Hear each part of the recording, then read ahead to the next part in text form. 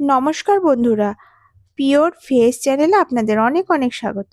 আজকে নিরামিষ দিনের জন্য দারুণ সুস্বাদু কিছু রেসিপি নিয়ে আপনাদের সঙ্গে শেয়ার করব বলে চলে এসেছি। আশা করছি ভালো লাগবে। আর নিরামিষ দিনে এরকম কিছু সুস্বাদু রেসিপি যদি থাকে তাহলে সকলেই মজা করে খায় আর সকলেই পছন্দ করে। এই রান্নাগুলি নিরামিষ করে খেলে প্রায়ই তিনি বলবে যে এইভাবেই তৈরি করুন আর এইগুলোই তৈরি করো বাড়িতে। তো আমি এখানে যে সবজিগুলো বানাবো সেগুলো কেটে বেছে ধুয়ে জল ঝরিয়ে রেখে দিয়েছি। আমি আজকে বানাবো শিমের তিলবাহার, বাঁধাকপি ঘন্ট আর ধনেপাতা বাটা। তো চলুন শুরু করি। এখন তেল দিয়ে দিচ্ছি। এখানে 2 চামচ সাদা তেল দিচ্ছি। কেটে রাখা আলুর টুকরোগুলোকে দিয়ে দিচ্ছি। দিয়ে দিচ্ছি গাজরের টুকরোগুলো, 4টে কাঁচা লঙ্কা। এখন এগুলোকে ভালো করে নাড়াচাড়া করে ভেজে নিতে হবে। এখানে আমার একটা গাজর রয়েছে বড় সাইজের, আর আলু নিয়েছে বড় সাইজের, আর এরকম কিউব আকারে কেটে নিয়েছি। এখন ঢাকা দিয়ে লবণ হলুদ ছাড়াই ভালো করে তেলের মধ্যে ভেজে নিতে হবে। তো ঢাকা দিয়ে দিয়ে ভেজে নিচ্ছি। আলু আর গাজর যখন একটু ভাজা ভাজা হয়ে যাবে, এখন এর মধ্যে দিয়ে দিতে হবে বড় মাপের টমেটো আর বেশ কিছুটা, মানে হাফ কাপ মতো মটরশুঁটি দিয়ে তারপরে লবণ দিতে হবে। এখানে আমি 1 চামচ লবণ আর 1 চামচ হলুদ গুঁড়ো দিয়ে দিচ্ছি। স্বাদ মতো লবণ আপনারা ব্যবহার করবেন। দিয়ে ভালো করে নাড়াচাড়া করে ভেজে নিতে হবে আলু, টমেটো, মটরশুঁটি, গাজর সমস্তগুলোকে। বেশ ভালো মতো যখন একটু নরম নরম হয়ে যাবে তখন বাঁধাকপিগুলোকে দিয়ে দিতে হবে। ধুয়ে জল ঝরিয়ে রাখা বাঁধাকপিগুলো। এখানে আমার বাঁধাকপি পুরো একটা আছে। আর এগুলোকে সরু সরু করে কেটে নিয়েছি। এখন উল্টে পাল্টে এগুলোকে সমস্ত উপকরণের সঙ্গে মিশিয়ে দিচ্ছি। বাঁধাকপি বেশ অনেকটা ঢাকা দিয়ে দিলে বাঁধাকপি থেকে জল বেরিয়ে যাবে। জল বেরিয়ে গিয়ে বাঁধাকপি নরম হয়ে গেলে কমে যাবে। তো যখন বেশ জল ছেড়ে যাবে বাঁধাকপি থেকে তখন বাটনা দিয়ে দিতে হবে। এখানে আদা, জিরে আর কাঁচা লঙ্কা বাটা দিয়ে দিচ্ছি 2 চামচ। এবার ভালো করে নাড়াচাড়া করে কষাতে হবে যতক্ষণ না এই কাঁচা গন্ধগুলো চলে যাচ্ছে সবজির আর মশলার। তো সুন্দরভাবে জল ছেড়ে যায় বাঁধাকপি থেকে, সবজি থেকে। তো যতক্ষণ না জলটা শোকাচ্ছে ততক্ষণ মশলার সঙ্গে কষিয়ে নিতে হবে। যখনই দেখে যাবে যে জলটা শুকিয়ে এসেছে তখনই এর মধ্যে আবারও জল দিতে হবে সেদ্ধ করার জন্য। তো ঢাকা দিয়ে দিয়ে এভাবেই রান্না করে নিতে হবে। ঢাকা দিতে হবে, খুলতে হবে না। যে দেখুন আমার জলটা শুকিয়ে গেছে সবজির। তো এখন আমার পুরোপুরি বাঁধাকপিটা কষানো হয়ে গেছে আর মশলা সহ সবজির গন্ধ পুরোপুরি চলে গেছে। তো এখন আবারও জল যোগ করব এবার সবজিটা ভালো মতো সেদ্ধ হবার জন্য। এখানে লেয়ার বরাবর জল দিয়ে দিতে হবে। দিয়ে আবারও নাড়াচাড়া করে মিশিয়ে দিতে হবে সবজির সঙ্গে জলের। যেহেতু এখন জল দিলাম এই কারণে আমি আরো 1 চা চামচ লবণ দিচ্ছি। আর স্বাদের জন্য দিয়ে দিচ্ছি চিনি। চিনি দিলে বাঁধাকপিটার স্বাদটা ব্যালেন্স হয়ে যায়। চিনি দিলে বাঁধাকপিটা খেতেও ভালো লাগবে। আর আপনারা স্বাদ অনুযায়ী লবণ দেবেন। তো এখন লবণ চিনি দিয়ে আবারও ভালো করে মিশিয়ে দিচ্ছি নাড়াচাড়া করে। এখন ঢেকে দেব। পুরো ঢাকনা দিয়ে যতক্ষণ না সবজির জল শুকিয়ে আসছে আর একটু একটু থাকছে ততক্ষণ কুক করতে দিতে হবে। হাই ফ্লেমেই আমি রান্নাটা করছি। তো ঢাকনা খুলে আবার নাড়াচাড়া করে দিতে হবে। এভাবে নাড়াচাড়া করে দিয়ে এবার নামিয়ে নেব অন্য একটা পাত্রের মধ্যে। আবারও পাত্র বসিয়ে দিতে হবে। পাত্রটাকে ধুয়ে নিয়ে ভালো মতো গরম হলে এর মধ্যে সর্ষের তেল যোগ করে দিচ্ছি আমি এখানে 3 রসুন, মানে 3 চামচ মতো। এখন ফোড়ন দিলাম। ফোড়নে দিচ্ছি 1/2 চা চামচ পাঁচফোড়ন, 2টো শুকনো লঙ্কা, 2টো তেজপাতা আর 3 চামচ মতো মুগ ডাল।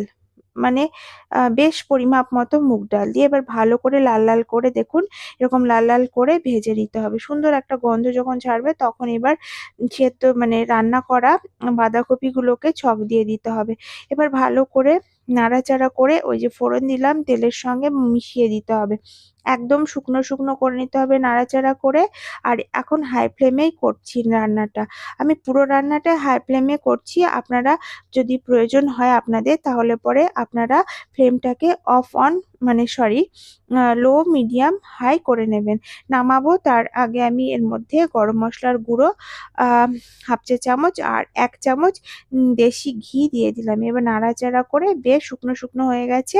এখন নামিয়ে নিচ্ছি। নামিয়ে নিয়ে রেডি আমার আমার বাঁধাকপির ঘন্ট। এখন চলুন তৈরি করে নিই শিমের তিলবাহার। তো এর জন্য আবারও কড়াইয়ের মধ্যে তেল দিয়ে দিতে হবে, ভালো করে গরম হয়ে এলে এর মধ্যে হাফ চা চামচ কালো জিরে ফোড়ন দিতে হবে, আর ফোড়ন দিতে হবে কাঁচা লঙ্কা চেরা। এখানে আমি 3-4টে কাঁচা লঙ্কা চেরা দিলাম, আপনাদের ঝাল অনুযায়ী কাঁচা লঙ্কা চেরা, আপনারা যেমন ঝাল খান সেরকমই কাঁচা লঙ্কা দেবেন। তো এখন কাঁচা লঙ্কা দেওয়ার পরে যখন ভাজা হয়ে যাবে তারপরে শিমগুলোকে দিয়ে দিতে হবে, গোটা শিম, আর দিতে হবে লবণ আর হলুদ। এবার শিমগুলোকে তেলের উপরে সুন্দরভাবে ভেজে নিতে হবে। একদম যখন ভাজা ভাজা হয়ে যাবে তখনই মশলা যোগ করতে হবে। তো দেখুন আমার এটা ভাজা হওয়ার জন্য ঢাকা দিয়ে দিলাম।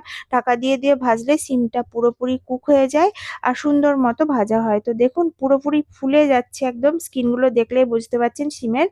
তো দেখুন কতটা সুন্দর ভাজা ভাজা হয়ে গেছে আর ফুলে ফুলে যাচ্ছে, দেখতে পাচ্ছেন। তো এরকম ভাবে শিমটা পুরোপুরি একদম সুন্দরভাবে ভেজে নিতে হবে, তাহলে শিমের তিলবাহারের ভীষণই টেস্ট আসবে।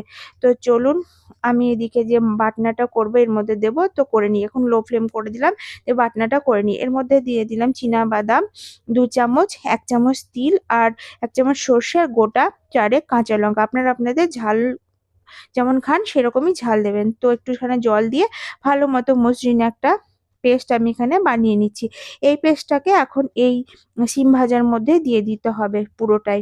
তো আমি পুরো মশলা বাটাটা দিয়ে দিচ্ছি, আর এখন যে একটু বাটিতে লেগেছিল ওর মধ্যে সামান্য একটু জল দিয়ে নাড়াচাড়া করে এবার দিয়ে দিলাম। দিয়ে এবার সমস্ত শিমের সঙ্গে মিশিয়ে কিছুক্ষণের জন্য ফুটতে দিতে হবে। তো এটা একটু বেশ মাখো মাখো ঘন হয়, সেই জন্য বেশি জল দেওয়ার প্রয়োজন নেই।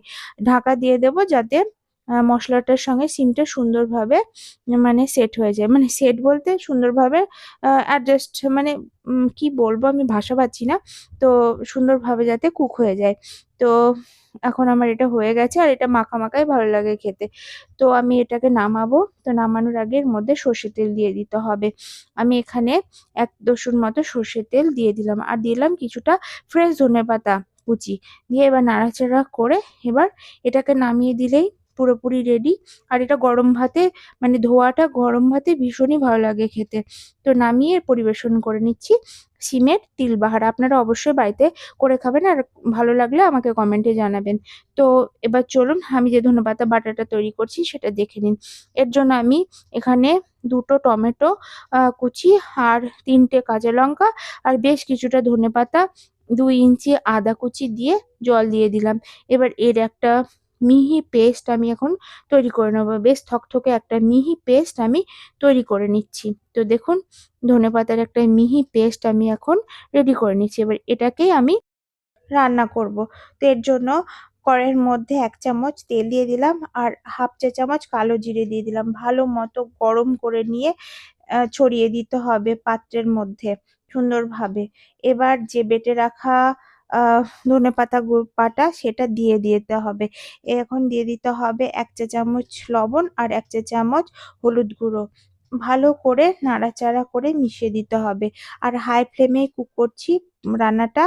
আম তো এখন নাড়াচাড়া করতে হবে কন্টিনিউয়াসলি, মানে ক্রমাগত নাড়াচাড়া করে যতক্ষণ না জল শুকাচ্ছে আর কালার চেঞ্জ হচ্ছে, তেল ছাড়া ছাড়া হচ্ছে, ততক্ষণ রান্না করতে হবে। তো দেখুন আমার ধনেপাতা বাটাটা রেডি হয়ে গেছে। একদম ক্রমাগত নাড়াচাড়া করে জল শুকিয়ে নিয়ে পুরো তেল ছাড়া ছাড়া যখন হয়ে যাবে তখন নামিয়ে দিতে হবে। আর এই ধনেপাতা বাটাটা থাকলে মানে গরম ভাতের সঙ্গে তো আর কিছুই লাগবে না, শুধু ধনেপাতা বাটা দিয়েই খাওয়া হয়ে যাবে। আশা করছি আমার এই নতুন নতুন নিরামিষ রেসিপিগুলো ভালো লাগছে। যদি ভালো লাগে লাইক, কমেন্ট, শেয়ার, সাবস্ক্রাইব করে পাশে থাকবেন। নতুন নিরামিষ রেসিপির সঙ্গে আবারও দেখা হচ্ছে। ধন্যবাদ।